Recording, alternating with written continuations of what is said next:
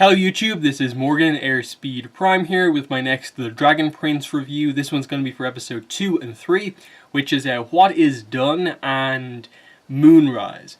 So I think the first 3 episodes act as a nice introduction in that they get the kind of journey started. We end with Rayla, Callum and Ezra, and as well as the Toad going off on their mission to deliver the dragon egg, which is now revealed to have been not destroyed but in fact hidden, back to Zadia to try and end the war. So I think how they got to that point was actually pretty nicely done, kind of developing, I suppose, the two main characters, Rayla and Callum, on kind of both sides, and then how they did the actual like meeting of the kind of trio of characters was actually pretty well done as well, in that the chemistry between them kind of immediately kind of, you know, worked. And again, I think they are playing definitely off the idea of the younger characters being able to see through some of the, you know, just continue the cycle of war, cycle of hatred, and they're going to, with their idealism,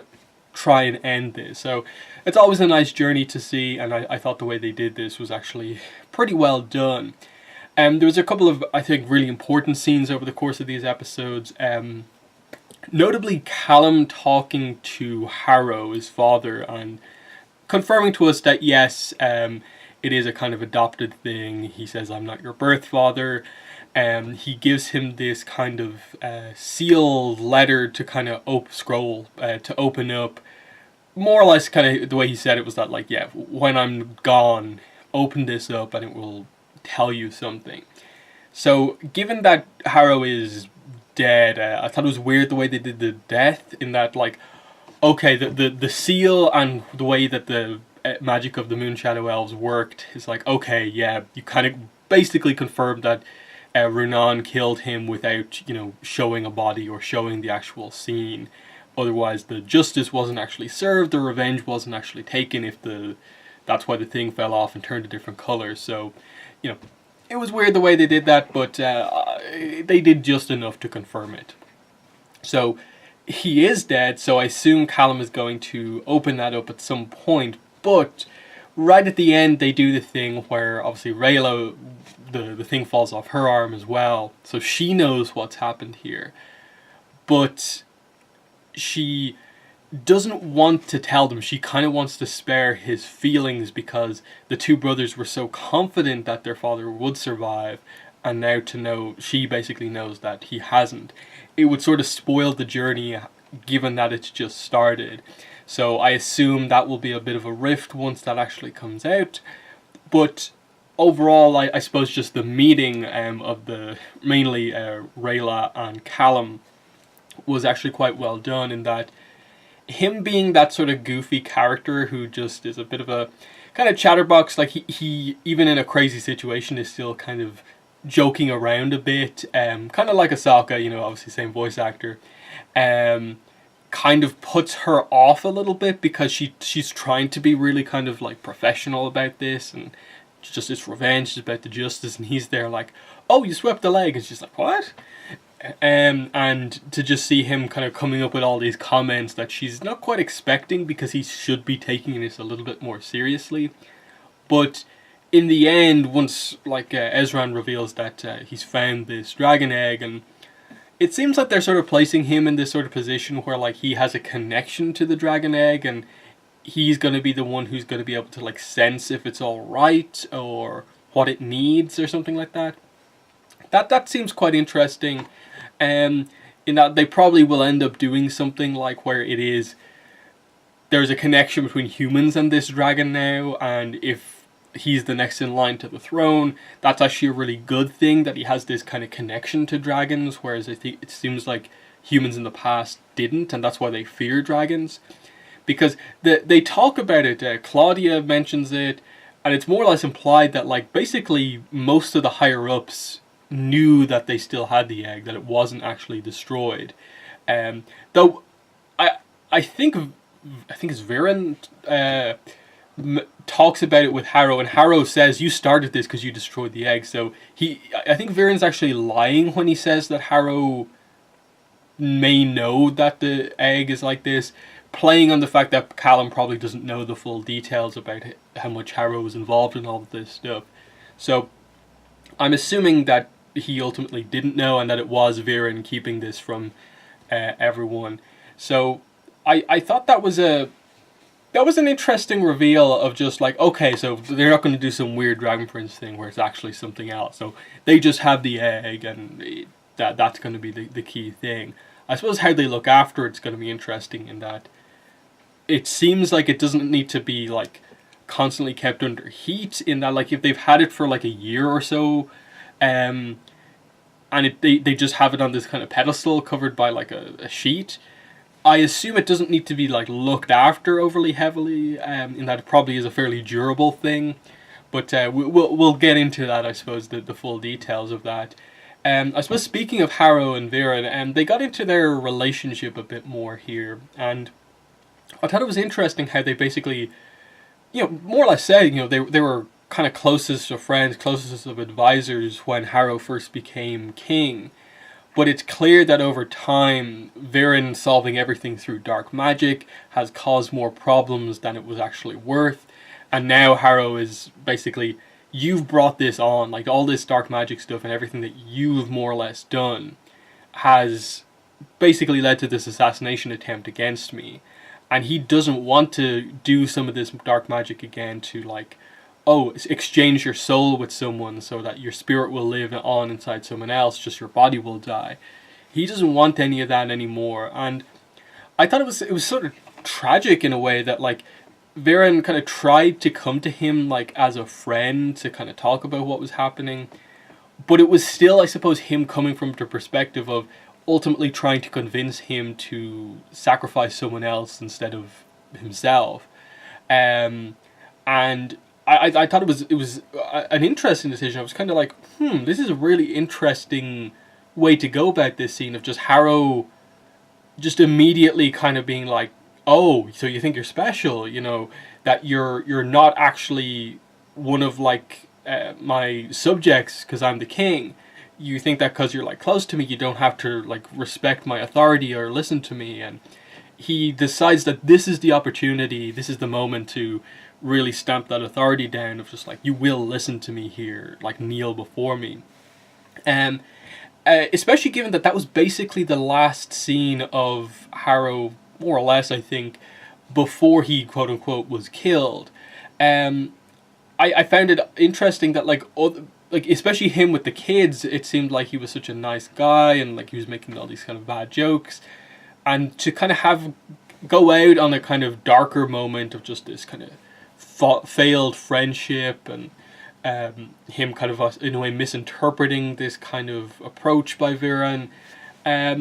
I think that's interesting. Like I think we'll see more of Harrow. I think we'll probably get flashbacks at some point, or at the very least be told about more details about what happened. But still, interesting end for the character. Now that obviously puts the human side of things in kind of chaos now. The humans don't have a king. They're going to need to kind of get someone else in. Who will that be? Especially given that like the obvious person, Ezra, as the kind of next in line, just in the family, is gone. Callum's also gone, so I assume that means, I'm assuming Viren will probably have to become king because he kind of is the advisor. He's the next highest up. It would make the most sense. Or else he'll put like either his daughter or son in place and act as the advisor in the background. We'll have to wait and see, but it seems like that's the way they're going, that he's all about dark magic. That sort of has been what in a way tainted humanity, and they seem to be going down that road as well. Because I think it was interesting to see them more or less put Claudia in that position as well, where it seemed like there was a kind of more positive, in episode 2 there's a more positive scene between her and Callum, but then when it really came down to it, she was like, I'll save you from the elf, not realizing the full extent of the situation. She knew about the egg being there in the first place. She's using dark magic. And then she's the one who comes up with the idea of basically like, oh yeah, instead of just killing him, we'll like torture him to get information. So like she is going along with the way things are right now. She's not kind of looking further into this to try and like resolve it. So I'm not gonna commit to being like, oh, full on she's a villain. I think there's perhaps hope for her and Soren to kind of turn things around and realize that maybe their father is kind of the problem, if that's the way they go with things. But for now, it looks like they're willing to go along with him and everything that he's going for. So I'm assuming they will end up being the quote unquote like enemies of our group for the time being, and that it's going to be like Claudia and Soren kind of like hunting our group as they kind of travel to the other side of the world. Other than that, I still don't get too much from Ezra. I'm a little worried that just like he's so young that there's not going to be a ton of room for like actually, using him as a character just because he is that young. Whereas at least with Rayla and some of the scenes she had with Runan in this episode, like him pointing out that like in a way you're the strongest, fastest, quickest of us all, but you don't have the heart for this, that you hesitated at the moment of taking someone's life, and as a Moon Shadow Elf you kind of need to do that. And in a way, like, it's this kind of thing of it's him pointing out the harsh reality of what they need, what he sees as them needing, which is the ability to take people's lives without any problem, when in a way you can almost respect even more the fact that she is willing to hear what the other side has to say. And I think that's what's so important with her, is that how quickly she was able to just realize that Callum and Ezra aren't a threat. They're good people. The second they see the egg, they think the exact same thing as her. So they all agree on the idea that the egg means that the war can end if they put it back to the right place, and all of their goals align in this situation, and they all want to help each other. So I like that she was kind of willing to see that, and that fundamentally it's like all the younger characters kind of disagreeing with the adults, which is kind of starting this, and we'll have to wait and see just how the details of this actually come out, and that I assume there'll be some more reveals along the way that might make them question if they should put the egg back or not, because Viren and I think Claudia mentioned that like it's the egg and like dragons can be used as weapons, and is it just a fear of dragons because they're so powerful, or is there something a little bit more significant to that? To like, do dragons like hunt humans or something like that? Do they hate them even though there's no obvious reason outside of what the humans have already done? There's some deeper meaning, or like that dark magic and dragons, like there's some issue there. But yeah, Callum's revealed to be a mage, which I think we saw that from the trailers. So he's going to learn to use magic, and he's not going to be a swordsman. So that makes sense. Rayla's going to do the close-up combat. Callum will do the magic. Ezra, I assume they're just going to have to protect him. I don't really see him getting involved too much in the action. He'll maybe do some of the more kind of clever things he's kind of been doing, where like he figures out that puzzle to get down into Viren's kind of secret chamber. Him and the Toad, I think, will be doing that sort of stuff, but that's about it. Definitely, there'll be, I think, some sort of an arc about revealing that their father is dead, and what is said on Callum's kind of scroll, and the significance of that, and who he is, I suppose, in a way. Outside of that, the fight, actually, between Rayla and Runan, when they went kind of Moonshadow mode, was actually pretty cool to just see the visual effect of that, like, in the animation, actually worked quite well. As for the technical details of the animation, which I had an issue with in the first episode, I think it continues here. I describe it as this. It's not a problem like every single scene in the show. The full like 23 minutes isn't just problem with the animation.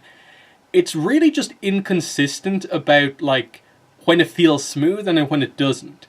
It'll go like a whole like action scene of Rayla jumping around the place feeling somewhat smooth, and then it will just cut to like, oh, here's Harrow putting like the pieces of his armor on, and it's like do. It's like really slow and kind of clunky that there's not enough frames. There'll be close-up scenes where they're just doing like subtle facial animation to get across the naturalness of characters talking to each other, and it'll be somewhat smooth, and then the character will just turn and it'll be like do again. I'm not sure what the problem is. In that it feels like it's like different people animating different scenes, and they're all like choosing to animate it at like different speeds or something like that. And then there are some scenes where it's just like really, really bad. Like one of them I remember, I think it was episode 2, when Rayla walks into a room. I think it might be the underground thing, and they go for this kind of high shot looking down on them. So the characters are actually kind of fairly far away in the shot that they're showing. And the way Rayla moves, it just looks so clunky. It was just like, she has to move a decent amount on screen because she's fairly far away. But how they choose to show that isn't particularly good. Similarly, they show like a whole squad of guards kind of walking from a little bit of a distance, and the walking animation doesn't seem that great. So it's definitely a little bit of a mixed bag in that it seems like for the most part they like turn it on good during the action scenes, but then some of the times it's just not as good as it should be. So yeah, I'm liking where things are going so far. Of course, I'm going to continue to watch. I already did the first video, committed to reviewing the whole thing. We've only got 6 episodes to go.